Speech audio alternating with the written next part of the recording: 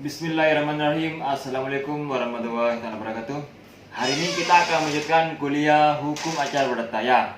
Sebelumnya sudah kita membahas tentang alat bukti. Nah, hari ini tiba saatnya kita akan membahas yang namanya sebuah putusan pengadilan. Nah, di putusan pengadilan ini ternyata saya baca bukan hanya satu putusan. Ini ada beberapa macam-macam putusan yang mana itu kayak ada sebuah kamar-kamar sendiri ya. Nah, lebih jelasnya kita serahkan ke Mas. Baik, terima kasih Mas Oos. Sebelum dimulai kuliah kita pada hari ini, perlu saya ingatkan kembali kepada teman-teman yang masih semangat kuliah daring ya di rumah ya. Pertemuan kita pada pertemuan sebelumnya sudah membahas tentang pembuktian ya. Kemudian alat bukti apa saja yang digunakan dalam tahap pembuktian sudah kita jelaskan ya. Dan insya Allah cukup jelas ya, dan diskusi kita berjalan baik ya di kolom komentar maupun secara langsung ya, yang kebetulan ketemu dengan kita karena kita sekarang dibatasi ketemu, jadi kita tetap menggunakan aplikasi YouTube ini untuk berkomunikasi, untuk melaksanakan perkuliahan secara daring ya. Kembali kepada topik yang akan dibahas pada hari ini, kita sudah masuk ke pembahasan tentang putusan. Ya. Nah, pertanyaannya adalah apa yang dimaksud dengan putusan pengadilan? Ya, dalam hal ini adalah putusan hakim. Ya. Kita baca beberapa buku, tapi kita ambil satu buku yang menurut saya representatif ya, karena ditulis oleh seorang praktisi sekaligus juga sebagai guru besar hukum acara perdata ya, dan juga hukum perdata, mohon maaf ya. Beliau adalah Profesor Sudikno Mertukusumo ya, di Fakultas Hukum Universitas Gadjah Mada Yogyakarta. Saya alhamdulillah pernah punya kesempatan diajari atau menjadi mahasiswa beliau ya. Saya baca beberapa bukunya. Nah, dalam hubungannya dengan putusan pengadilan ya, beliau memberikan pengertian bahwa putusan pengadilan ya, yang dalam hal ini adalah putusan hakim ya, itu adalah putusan yang dinyatakan oleh seorang hakim ya, sebagai pejabat negara yang berwenang untuk itu ya. Jadi dalam bahasa beliau itu memang sangat cermat ya. Saya kadang-kadang berpikir kok sedemikian bahasa yang dipilih gitu ya. Jadi beliau memilih redaksi seperti itu ya. Jadi putusan hakim itu adalah sebuah putusan ya yang dinyatakan oleh seorang hakim sebagai pejabat negara yang diberikan wewenang untuk itu ya, diucapkan di persidangan dengan maksud atau tujuan atau bertujuan untuk mengakhiri atau menyelesaikan sengketa antara para pihak yang bersengketa. Jadi seperti itu pengertian lengkap yang disampaikan oleh beliau Profesor Dr. Sudikno Mertukusumo. Nah, beliau juga menyatakan bahwa putusan hakim ini harus diucapkan dalam persidangan terbuka untuk umum. Jadi kalau sudah masuk pada tahap pembacaan putusan Mas Oos ya, itu sidangnya harus terbuka untuk umum. Harus diucapkan, disampaikan dalam sidang terbuka untuk umum. Nah, kemudian berikutnya antara yang dinyatakan oleh hakim itu harus sama dengan apa yang ditulis ya. Jadi putusan itu harus tertulis ya, karena akan menjadi alat bukti otentik ya. Seperti yang kita sampaikan, apa itu alat bukti otentik ya, saya kira Anda masih ingat ya. Jadi alat bukti otentik itu, kalau boleh saya mengingatkan Mas Oos ya, kembali ya, itu alat bukti yang dibuat secara tertulis ya, ditandatangani ya, dibuat oleh yang berwenang untuk itu ya, dan dari awal memang dimaksudkan untuk pembuktian. Itu alat bukti otentik. Jadi sekali lagi, putusan hakim ini akan menjadi alat bukti otentik. Makanya apa yang diucapkan dalam persidangan oleh hakim itu harus sama dengan putusan yang tertulis. Ya. Itu poinnya ya. Yang pertama, sudah paham kan insya Allah Mas Oos ya tentang pengertian putusan. Ya. Cukup satu saja saya kutip pendapatnya Prof. Sudikno Mertukusumo. Silakan Anda baca literatur lain dan berikan komentar-komentarnya ya di kolom komentar ya, barangkali ada pengertian yang mungkin lebih dari sekedar apa yang disampaikan oleh Prof. Sudikno ya. Silakan saja ya. Kemudian berikutnya seperti yang disampaikan Mas Oos, ada beberapa macam putusan. Iya, ada sekitar 3 ya. Ada 3.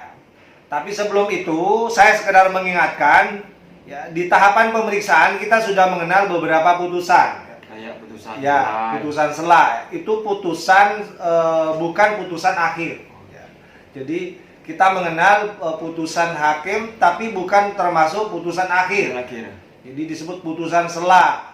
Untuk mempermudah pemeriksaan, hakim mengeluarkan putusan sela ya. Tapi untuk kepentingan pemeriksaan supaya lebih mudah gitu ya.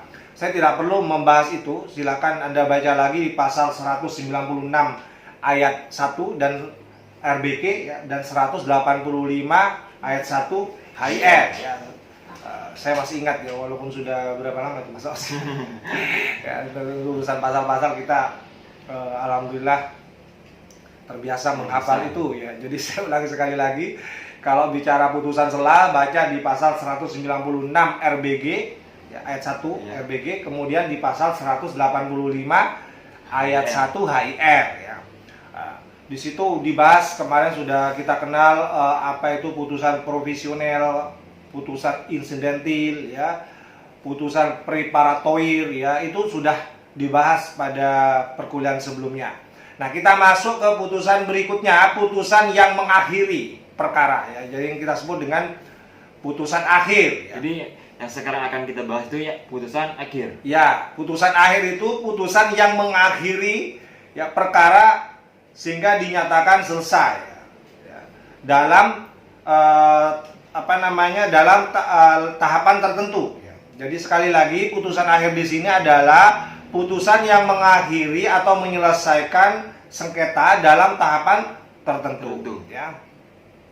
Nah, ini ada 3 Mas Oos ya. Putusan ini dalam teori, karena kita ini di kampus jadi harus paham teorinya ya.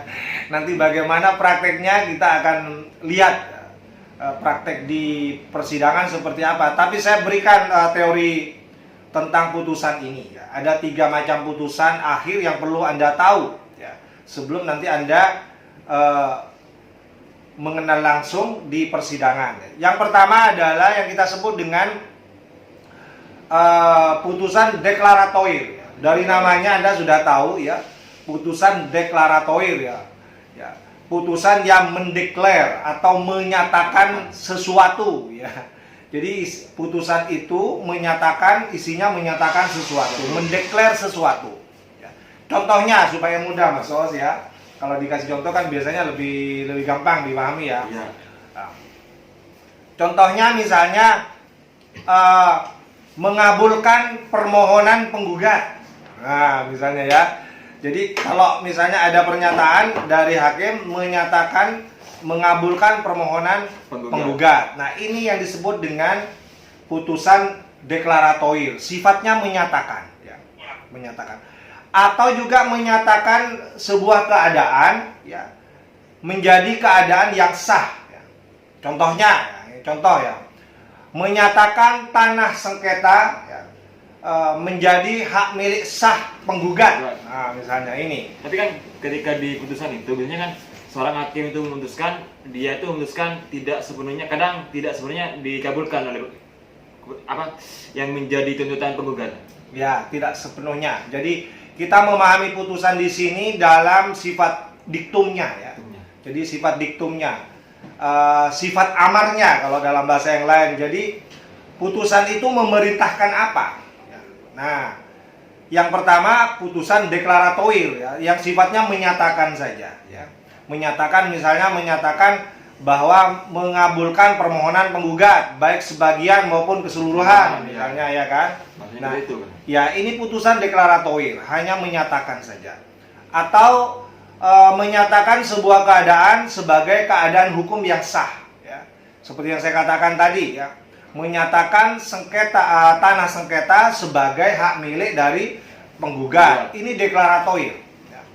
Nah, ini putusan deklaratoir. Yang kedua, putusan konstitutif. Ya. Putusan konstitutif ini adalah putusan yang diktumnya atau amarnya ya, menyatakan, meniadakan ya, keadaan tertentu ya, atau menciptakan keadaan hukum yang baru ya. Jadi kalau konstitutif ini menyatakan sebuah keadaan, apakah ini tiada atau ada gitu ya. Nah misalnya begini contoh ya, kita kasih contoh saja. Misalnya menyatakan perkawinan antara penggugat dan tergugat putus karena perceraian misalnya. Nah ini putusan konstitutif ya. Jadi diktumnya, isinya itu menyatakan bahwa ada keadaan yang ditiadakan ya. Yang awalnya ada ya, perkawinan itu ada, maka kemudian dinyatakan dia putus ya, karena perceraian. Nah kalau ada pernyataan seperti itu, pastikan kalau itu adalah putusan konstitutif ya. Yang terakhir Mas Os, ada yang namanya putusan kondemnatoir ya. Mungkin pernah Anda dengar ya istilah ini ya, tapi kalau teman-teman di Fakultas Hukum saya kira sedikit pernah mendengar ya. Dulu di awal-awal kita pernah mengambil mata kuliah sebelumnya ya. Kalau putusan kondemnatoir ini adalah putusan yang diktumnya atau amarnya itu sifatnya menghukum. Jadi isinya tuh penghukuman gitu. Kalau membebankan kepada penggugat atau tergugat itu masuk ke sana? Ya masuk. Misalnya contohnya ini biar gampang. Misalnya menghukum tergugat membayar ya, hutang sebesar 100 juta atau menghukum tergugat untuk membayar biaya perkara sejumlah berapa. Nah yang begini ini yang disebut dengan putusan kondemnatoir, sifatnya penghukuman. Jadi kalau ada redaksi seperti itu masuk ke kondemnatoir. Ya, kondemnatoir. Jadi itu macam-macam putusan yang perlu Anda tahu ya ketika Anda nanti misalnya ditakdirkan ya menjadi hakim misalnya ya. Ya kita doakan saja semoga mahasiswa kita itu bisa berperan ya di bidangnya masing-masing, termasuk barangkali ada yang punya keinginan untuk menjadi hakim ya, karena kebetulan prodi kita ini Mas Oos sudah terakreditasi A, jadi memenuhi syarat untuk daftar menjadi calon hakim ya. Karena untuk menjadi calon hakim ini harus berasal dari lulusan program studi hukum yang terakreditasi A ya. Di bawah itu tidak bisa ya. Kebetulan alhamdulillah program studi hukum kita sudah A ya, dan pertama di Madura ya, kita sambil promosi ya. Yang pertama di Madura ya. Kalau di Madura kita yang pertama Mas Oos ya, walaupun ini ada yang juga A baru berapa tahun ya, di universitas tetangga ya, di Bangkalan itu juga A, baru A gitu maksudnya ya. Saya kira itu tentang macam-macam putusan ya, melengkapi pengertian putusan yang di awal saya jelaskan. Dan juga macam-macam tadi ya? Ya, tadi macam-macam. Jadi ada macam putusan yang disebut putusan akhir ya. Dari ketiga putusan ini Pak, bagaimana sih Pak terkait dengan kekuatan putusannya Pak? Ya, ini pertanyaan lanjutan ya. Saya kira penting juga diketahui karena putusan itu harus punya kekuatan. Untuk apa diputuskan kalau kemudian tidak punya kekuatan dan tidak bisa dilaksanakan ya. Itu pertanyaan penting dan sangat baik menurut saya. Jadi putusan ini punya kekuatan. Yang pertama adalah kekuatan mengikat. Nah, putusan yang diucapkan ya, oleh hakim di persidangan ya, kemudian itu dibuat tertulis, itu punya kekuatan mengikat ya. Mengikat para pihak dan ahli warisnya atau pihak lain yang mendapatkan hak ya. Jadi yang pertama saya sebutkan sekali lagi bahwa putusan itu punya kekuatan mengikat. Mengikat siapa? Mengikat para pihak ya yang bersengketa tadi ya. Kemudian berikut ahli warisnya atau pihak lain yang mendapatkan hak dalam peristiwa hukum itu ya. Itu yang pertama. Kemudian yang kedua, ada yang kita sebut bahwa kekuatan putusan ini punya kekuatan yang sifatnya eksekutorial. Eksekutorial artinya bahwa putusan ini harus dilaksanakan, bahkan dilaksanakan secara paksa kalau tidak bisa dilaksanakan secara sukarela. Makanya ada kekuatan eksekutorial, artinya putusan ini bisa dipaksakan untuk dilaksanakan kalau misalnya tidak bisa dilaksanakan secara sukarela, terutama putusan kondemnatoir, yang tadi saya sebutkan, putusan yang sifatnya penghukuman. Itu harus dipaksakan untuk dilaksanakan kalau misalnya tidak bisa dilaksanakan secara sukarela. Makanya ada istilah eksekusi, itu maksudnya harus dilaksanakan gitu ya, harus dipaksa untuk dilaksanakan. Kemudian yang terakhir ada kekuatan pembuktian, Mas Os ya.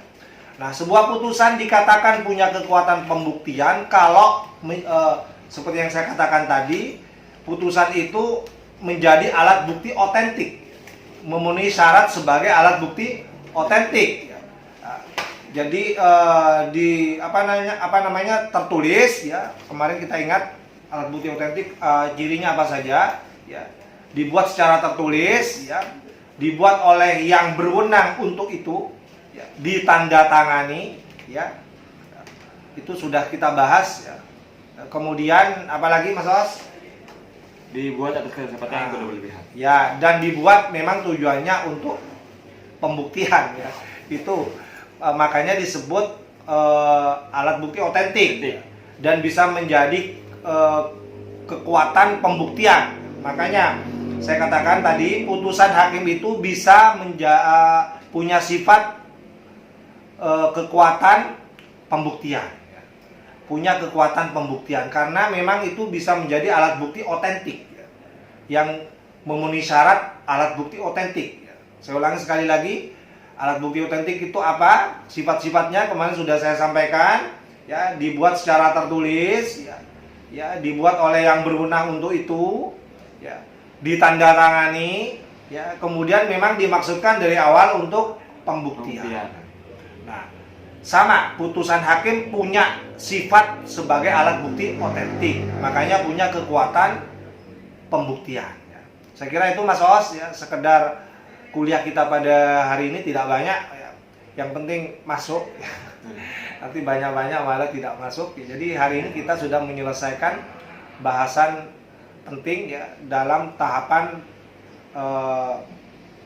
putusan ya. Jadi kalau nanti ditanya di ujian ya, apa itu pengertian putusan ya, apa itu jenis-jenis putusan atau macam-macam putusan, dan bagaimana kekuatan putusan itu, Anda sudah bisa harus jawab dengan baik ya, karena pada hari ini sudah kita bahas. Saya tunggu komentarnya di kolom komentar ya, dan akhirnya saya serahkan kepada Mas Oos untuk ditutup. Oke, terima kasih. Ya, itu teman, sekitar beberapa menit yang kita sudah berbicara panjang tentang putusan macam-macam juga kekuatannya. Saya harap ini bermanfaat teman-teman ya, karena mungkin ketika sudah keluar sini mau jadi hakim atau bahkan jadi pengacara, ini akan dipakai ya kan. Terima kasih. Kita tutup. Assalamualaikum warahmatullahi wabarakatuh.